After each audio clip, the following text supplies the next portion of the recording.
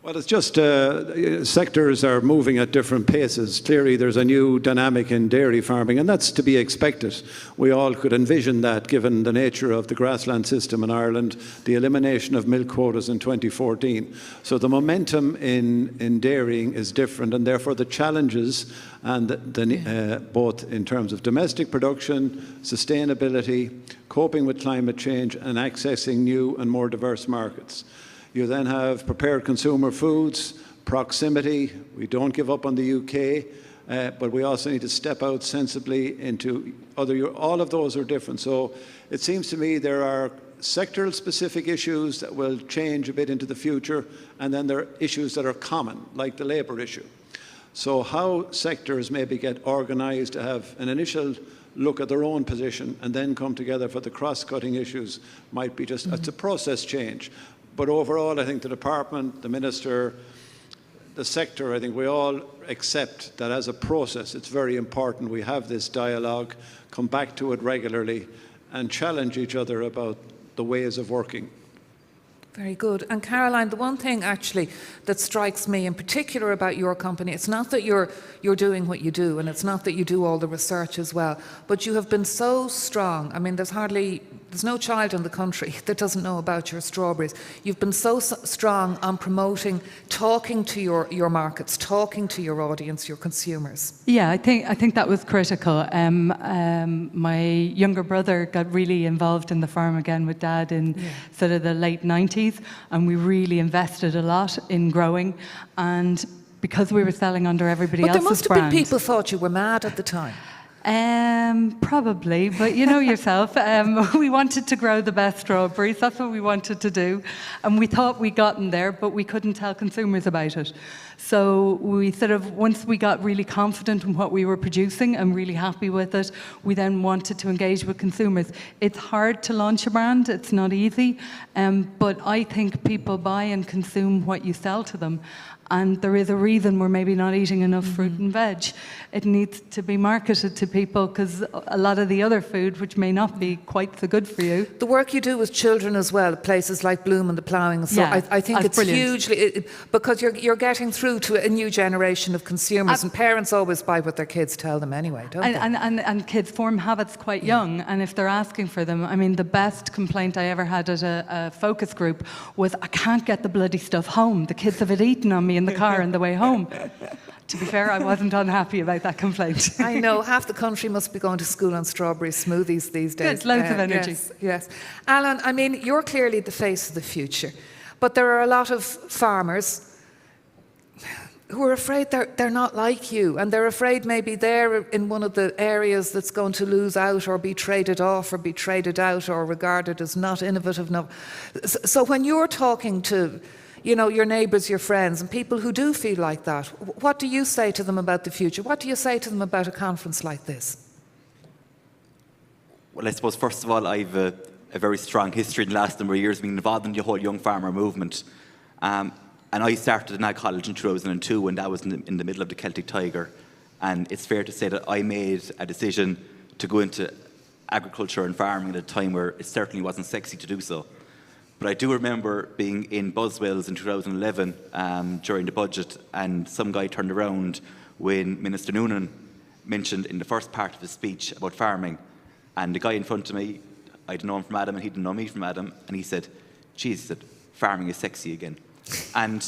But it is something that, as young farmers, we are very, very proud of what we produce and what we do on our farms.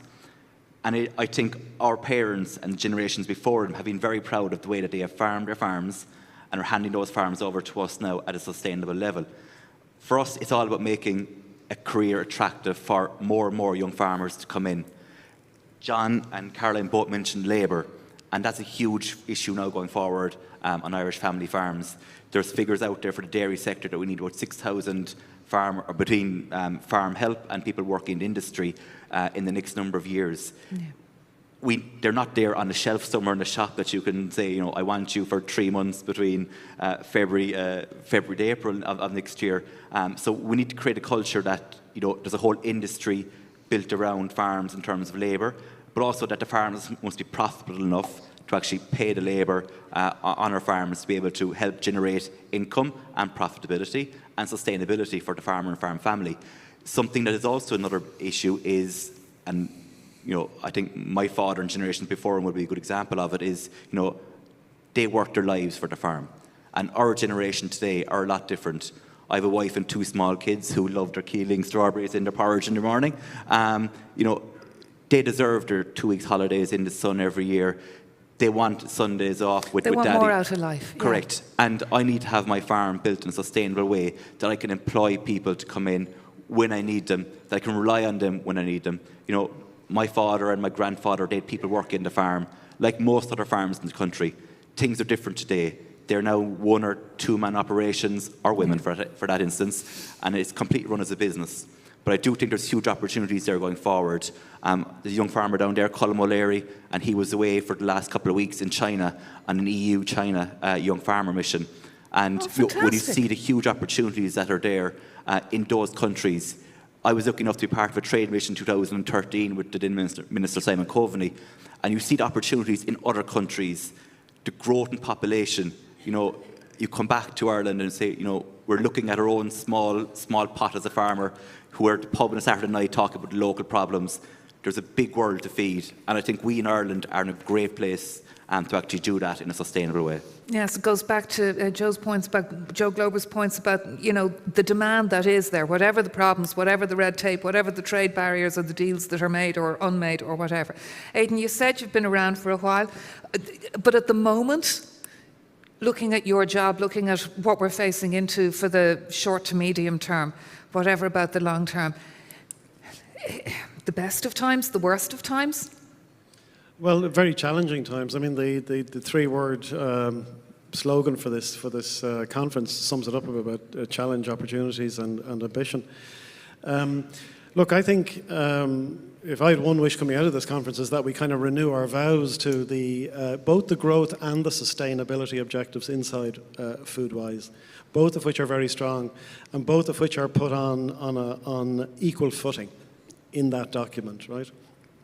But in addition, the Foodwise process is just that. It's a process. It's not just a document. This process has always been one that's adaptive, that moves on, that engages with new challenges as they come. And the great strength, and believe me, we get visitors from countries all around Europe and all around the world, and we get visitors from other sectors coming in to see how we do this stuff that we do, this Foodwise and its 3 predecessors. People are very curious about it because they see it as a huge strength of the sector. So as John said earlier, I think this is what we need to do. We need to recognise there's now new challenges in the room around Brexit and the climate change one in particular within the overall sustainability area. And we need to address that with the same ingenuity, the same determination that we've addressed other issues and other impediments that have gone in the way of our growth. And I have great confidence in this sector, great confidence in the agencies of the state that work with this sector, and great confidence in the people in the sector that we can do that. But we need to have this kind of honest, open conversation so that we challenge ourselves on all of these fronts. So the 5 pillars of Foodwise were competitiveness, innovation, market development, human capital, and of course sustainability. And they still are the key issues. Right?